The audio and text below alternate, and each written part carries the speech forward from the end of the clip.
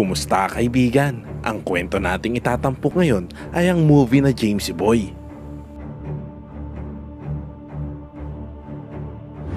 Nagsimula ang kwento sa pagpapakita sa isang binata na nagngangalang James Byrne habang binubugbog ng isang prison warden dahil sa pagsisimula niya ng gulo sa loob ng bus na nagdala sa kanya sa bilangguan, at lumalabas na ito ang kanyang unang araw sa bilangguan.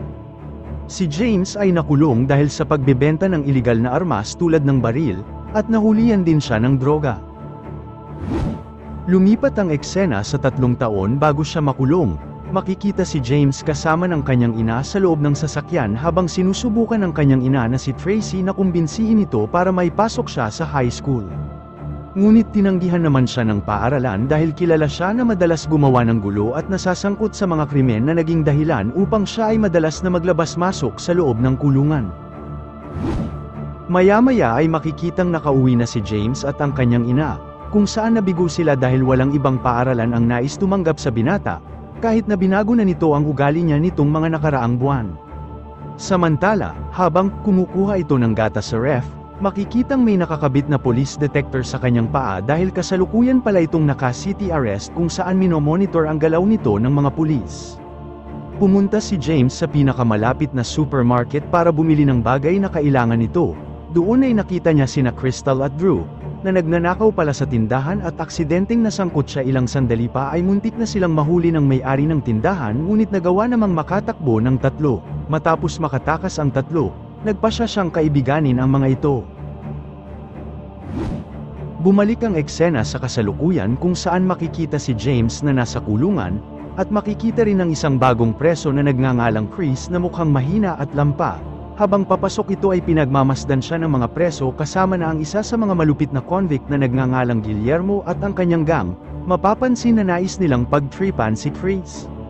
Nang makita ito ni James ay agad niyang nilapitan si Guillermo at sinabing huwag nang ituloy ang kanilang binabalak kay Chris at sabay na dumura ito sa kanyang harapan. Nainas naman si Guillermo sa pakikialam ni James sa kanya at pagkatapos ay babanata na sana si James ngunit kasabay nito ang isang warning shot na ipinutok ng isa sa mga jail guard at ang lahat ng mga preso ay pinadapa sa lupa. Habang nakadapa ang mga ito ay nilapitan sila ni Teniente Fulton, ang warden ng bilangguan. Si James ay binalaan siya na huwag nang gumawa ng gulo. Dahil ilang linggo pa lamang siya sa bilangguan ay palagi na itong nakikipag-away sa ibang mga bilanggo, kahit na ipinagtatanggol lamang niya ang iba pang mga bilanggo na palaging inaapi. Bumalik ang eksena sa nakaraan, pagkatapos magsagawa ng pagnanakaw sa bahay ng isa sa kanilang mga kaibigan, sinabi ni Crystal kay James ang tungkol kay Rock, isang lalaking kumukuha sa kanya, at kay Drew na nag-aalok ng ibang trabaho. Ito ay ang pagiging drug courier. Samantala, noong gabing yun, nakakita si Tracy ng isang bote ng alak sa silid ni James at agad na pinagalitan ng kanyang anak dahil matapos ang lahat ng pagsisikap niya para palakihin siya at ang kanyang nakababatang kapatid na babae na si Holly, upang maging mabuting anak sila ay pilit pa rin silang tinataguyod kahit na siya ay isang single mom. Ngunit si James ay sumagot sa kanyang ina at sinabi na ang paghihiwalay nila ng kanyang ama ay hindi maganda ang naidulot sa kanila kung kaya nagkakaganon siya. Ilang sandali pa, pag-akyat ng kanyang ina sa kwarto ay kumuha ng gunting si James at pinutol nito ang monitoring bracelet na nakakabit sa kanyang paa. Bumalik ang eksena sa kasalukuyan, makikita ang mga inmate na naliligo sa banyo kung saan sinubukan ni Guillermo at ng kanyang gang na saksakin si James habang naliligo, naiwasan naman ni James ang kanilang mga atake. Gayunpaman, nang mag-away sina James at Guillermo, si Chris ay kasalukuyang naroon na siya namang tinamaan at malubhang nasugatan. Dumating ang mga jail guard at sa wakas ay naawat nila ang away. Ngunit sa halip ay sinisi ni Teniente Fulton si James sa kaguluhan at ipinasok siya sa Bartolina. Ang eksena ay lumipat sa nakaraan. Pumunta si James sa bahay ni Rock, ang leader ng gang, kung saan kasama sina Crystal at Drew. Hiniling niya kay Rock na bigyan siya ng kahit anong trabaho na maaaring pagkakitaan. Noong una ay ayaw sa kanya ni Rock dahil mukha pa itong inosente, ngunit ipinakita sa kanya ni James na hindi siya natatakot, kaya binigyan siya ni Rock ng trabaho bilang getaway driver niya. Isang gabi, habang sina Rock at Drew ay pumasok sa isang bahay para makipag-deal, si James, na kanilang driver sa mga oras na yun, ay naiwan sa loob ng kotse. Sa di kalayuan ay may nakita siyang lalaki na pumasok din sa bahay at doon ay naghinala siya na parang may mali. Sinundan niya ang kanyang mga kasama sa loob, at nakita niya na nasukol na ang dalawa niyang kasama ng ibang gang. Pinalo niya ng matigas na bagay ang isa sa kanila at pinabagsak nila ang mga ito. Pagkatapos nilang tapusin ang kanilang trabaho at makatakas mula roon, nag-inuman sila sa isang bar at binigyan siya ni Rock ng pera bilang parte nito. At pagkatapos ay nakuha niya na ng tuluyan ang tiwala ni Rock at naging miyembro na siya ng gang nito. Samantala, lumipat ang eksena sa bilangguan. Si James ay makikitang nasa labas. Makikita rin ang isang bilanggo na nagngangalang Conrad. Nabalitaan niya ang tungkol kay Conrad na isa itong brutal na bilanggo kung saan nakapatay na siya ng maraming pulis. Sinubukan ni James na kaibiganin si Conrad, ngunit hindi niya ito pinansin. Muling bumalik ang eksena sa nakaraan. Si James at Crystal ay nasa isang convenience store. Nang subukan ni James na bumili ng sigarilyo at alak, hinanapan siya ng ID ng cashier. Ngunit wala itong maipakita kaya sinabihan siya ng babae na nagngangalang Sarah, na kunin na lang ito at huwag nang magbayad pa, dahil ayaw nito na magkaroon ng gulo dahil kilala siya ng babae bilang isang drug pusher. Pagkatapos noon, nagkita sina James at Rock. Sinubukan ni James na himukin si Rock na dagdagan ang kanyang sahod dahil iniisip niyang malaki na ang naipapasok nitong pera sa kanya. Ngunit tinanggihan ni Rock ang kanyang kahilingan. Ang eksena ay lumipat sa kasalukuyan, kung saan binisita ng kanyang ina si James sa bilangguan. Sinubukan ng kanyang ina na payuhan si James na magpakabait sa loob ng bilangguan at huwag nang masangkot pa sa anumang gulo, upang mapalaya ng mas maaga at hindi na kailangang tapusin pa ang kanyang sentensya. Sa kanyang selda, sinimula ni James na pag-isipan ang mga sinabi ng kanyang ina. Desidido na siyang ayusin ang kanyang sarili at ibinahagi niya ang kanyang mga karanasan sa bilangguan sa pamamagitan ng pagsulat ng tula. Dahil nagkaroon ng mga bangungot si James mula nung insidente na ikinasugat ni Chris, ay gumawa siya ng tula at ibinigay kay Conrad. Matapos basahin ang tula, tuluyang naging mabait ang ugali ni Conrad. Pagkatapos ay iminungkahi niya kay James na ipagpatuloy ang pagsusulat ng tula upang mapagan ang bigat ng kanyang buhay habang nasa kulungan. Mula noon, palaging naglalaan si James ng oras para ipagpatuloy ang pagsusulat ng tula para hindi siya ma-stress sa kanyang pagkakakulong at unti-unti na niyang nakontrol ang sarili. Hindi nagtagal, tuluyang gumaling si Chris mula sa sugat na natamo niya. Pagkatapos ay nilapitan ni James si Chris at sinabi sa kanya na lagi niya itong poprotektahan sa bilangguan hanggang sa siya ay naroroon. Bumalik ang eksena sa nakaraan. Si James at Drew ay inutusan ni Rock na mangolekta ng pera mula sa isang lalaki na nagmamay-ari ng isang strip club. Pagdating doon ay pumasok agad ang dalawa sa opisina ng lalaki, pagkatapos ay tinutukan siya ng baril ni James dahil ayaw bayaran ng lalaki ang kanyang utang. Gayunpaman, hindi nagtagal ay dumating ang mga tauhan ng lalaki at binugbog sila ng mga ito, pagkatapos ay itinapon sila palabas ng club. Habang sila ay nasa labas, kumuha ng pamalo si James at binasag nito ang bintana ng sasakyan ng lalaking kanilang sinisingil para makaganti man lang, ngunit aksidente niyang nakita ang isang bag na naglalaman ng mga armas. Hindi na siya nag-isip pa at agad niyang ninakaw ang bag. Samantala, isang gabi makikita si James, nakasama si Sarah, ang cashier sa convenience store. Nagkakamabutian na ang dalawa. Hindi maipaliwanag na kaligayahan ang nararamdaman ni James na hindi pa niya naranasan kapag kasama niya si Sarah. Pumasok na rin sa isip niya na balak din niyang magbago, iwanan ang lahat ng kanyang ilegal na trabaho at magsimula ng mas magandang buhay kasama si Sarah. Samantala, pagbalik niya sa headquarters, nalaman ni Rock na ninakaw ni James ang mga baril ng lalaking nagmamay-ari ng club. Siya ay pinagalitan dahil inilagay niya sa panganib ang kanyang negosyo. Pagkatapos noon ay inutusan agad ni Rock si James na ayusin ang ginawa niyang gulo.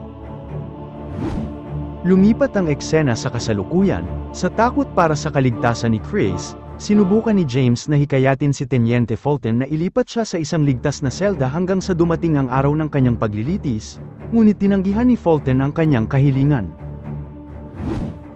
Kinabukasan, sinubukan ni Guillermo na makipag-away kay James, ngunit nakontrol ni James ang kanyang emosyon at hindi pinansin si Guillermo.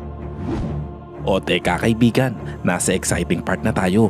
Baka naman pwedeng palike naman ng video ito. At kung bago ka naman sa ating channel, ay pasubscribe na rin. Enjoy watching, maraming salamat. Hindi nagtagal, sumailalim sa paglilitis si Chris at nadagdagan ng 6 na taon ang kanyang sentensya dahil sa pagkakasangkot niya sa away nina James at Guillermo sa banyo noong nakaraan. Nang malaman ito, nakonsensya naman si James sa nangyari kay Chris. Ang eksena ay lumipat sa nakaraan, na nagpapakita kina James at Sarah, na gusto ang isa't isa at nagpasyang magkaroon na sila ng isang seryosong relasyon. Sa wakas ay buo na rin ang loob ni James na iwanan na ang kanyang kriminal na buhay. Pagkatapos ay sinubukan niyang iwanan na ang mga tauhan ni Rock, ngunit sinabi sa kanya ni Rock na may deal pa silang mangyayari sa gabing iyon. Sinabi ni Rock na nakahanap na siya ng isang customer na bibili ng lahat ng mga armas na ninakaw ni James noong nakaraan at magbibigay ng malaking halaga ng pera para sa kanya. At dahil kailangan niya rin talaga ng pera para sa pagsasama nila ni Sarah at gusto niyang matapos ang lahat sa huling pagkakataon, umayag siyang tulungan si Rock na ibenta ang armas. Samantala, pagbalik sa kasalukuyan, inutusan ni Teniente Fulton ang lahat ng mga bilanggo na lumabas sa kanilang mga selda at pumila. Makikita naman si Chris na laging may pasa ang mukha dahil madalas siyang binubuli sa kulungan, gayunpaman, tila may hinugot siyang tela sa kanyang damit at balak niya ng magbigti. Si James, na napansin nito, ay agad na sumugod kay Chris upang pigilan siya, ngunit hinarang siya ng mga gwardya ng bilangguan. Sa huli ay nagawang tinapos ni Chris ang sarili niyang buhay, dahil sa galit, si James ay binugbog si Guillermo. Balik sa nakaraan, naghihintay sina James at Drew sa bibili ng baril sa pinag-usapang lugar, pero dahil hindi nagkasundo ang dalawang partido ay nasangkot sila sa isang shootout. Hanggang sa makarating doon ang mga pulis. Nagawa namang makatakas nina James at Drew, ngunit naaresto naman sina Rock at Crystal. Pagkatapos ay tumakbo si James papunta sa bahay ni Sarah at sinabihan siyang mag-impake para umalis. Ngunit tumanggi si Sarah at sinabihan si James na harapin ang kanyang mga kasalanan. Dahil tumangging sumama sa kanya si Sarah, si James ay nasiraan ng loob, hanggang sa maaresto siya ng pulisya at ipinasok sa bilangguan. Samantala, dahil sa pagpapakamatay ni Chris, si Teniente Fulton ay idinimanda ng komite ng bilangguan dahil hindi niya nagawa ang kanyang mga tungkulin na magbigay ng seguridad para sa mga bilanggo na nakakaramdam ng pananakot tulad ni Chris. Sa kabilang banda, si James na hanggang ngayon ay apektado pa rin sa pagkamatay ni Chris ay naging emosyonal at nagsimulang makipag-away sa iba pang mga preso sa loob ng bilangguan. Gayunpaman, mabilis siyang pinigilan ni Conrad at sinabi kay James na kailangan niyang alagaan at kontrolin ang kanyang sarili. Hindi nagtagal, sa wakas ay sumailalim na si James sa kanyang paglilitis. Sa harap ng lahat, si James ay nagsalita at sinabing nanghihinayang siya sa pagkamatay ni Chris, at sa lahat ng kanyang mga naging desisyon sa nakaraan na nagdulot sa kanya ng gulo at paglabas-masok ng kulungan. Gayunpaman, nangako siya na magbabago para maging isang mas mabuting tao at mamumuhay ng maayos at hindi na muling gagawa ng krimen. Nang marinig ng hukom ang taos-pusong pag-amin ni James, nagpa siya ang hukom na bawasan ang kanyang sentensya para mas mabilis siyang makalaya. Lumipas ang mga panahon, naging maayos na ang pag-uugali ni James sa natitirang bahagi ng kanyang sentensya. At sa wakas ay dumating na ang araw na makakalaya na si James. Nang magpaalam siya kay Conrad, sinabi niya kay James na siya na ang papatay sa kanya kapag bumalik pa siya ng bilangguan. Tuluyan ang naghiwalay ang magkaibigan, at sa labas ay sinalubong si James ng kanyang ina at nakababatang kapatid na babae, na tuwang-tuwa na siya ay maagang nakalaya.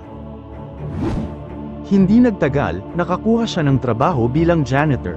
Samantala, isang gabi nakita ni James ang isang dating kakilala na nag-alok sa kanya ng ilang ilegal na trabaho, ngunit tinanggihan niya ang mga ito. Naisip tuloy ni James si Sarah at nais niya itong makita. Gayunpaman, pagdating niya sa mini-market kung saan nagtatrabaho si Sarah, nakita niya na sarado na ang mini-market. Pagkatapos ay pumunta siya sa bahay ni Sarah, ngunit sinabi ng kanyang ama na wala na siya doon at lumipat na ng bahay. Nagtatapos ang pelikula sa pamamagitan ng pagpapakita kay James na sa wakas ay muling nakasama ni Sarah, ngunit siya ay engaged na sa ibang lalaki at masaya na sa kanyang buhay. Ganunpaman, masayang-masaya si Sarah na sa wakas ay muli niyang nakita si James at nalaman niyang nagbago na siya. Nag-usap ang dalawa tungkol sa kani-kanilang buhay, At ipinahayag ni James ang kanyang pagnanais na pumunta sa ibang lungsod. Sa totoong buhay, isa na ngayong manunulat, producer, at aktivista si James Byrne. Ang kanyang adhikain ay protektahan ang mga bata at kabataan mula sa karahasan. Sana'y nagustuhan mo kaibigan ang kwentong ating itinampok. Kung magkagayon ay baka naman pwedeng pakilike ang video ito at pasubscribe na rin sa aking channel. Kung hindi mo naman ito nagustuhan ay pwede mong pindutin ang dislike button ng 2 beses para makasigurado ka.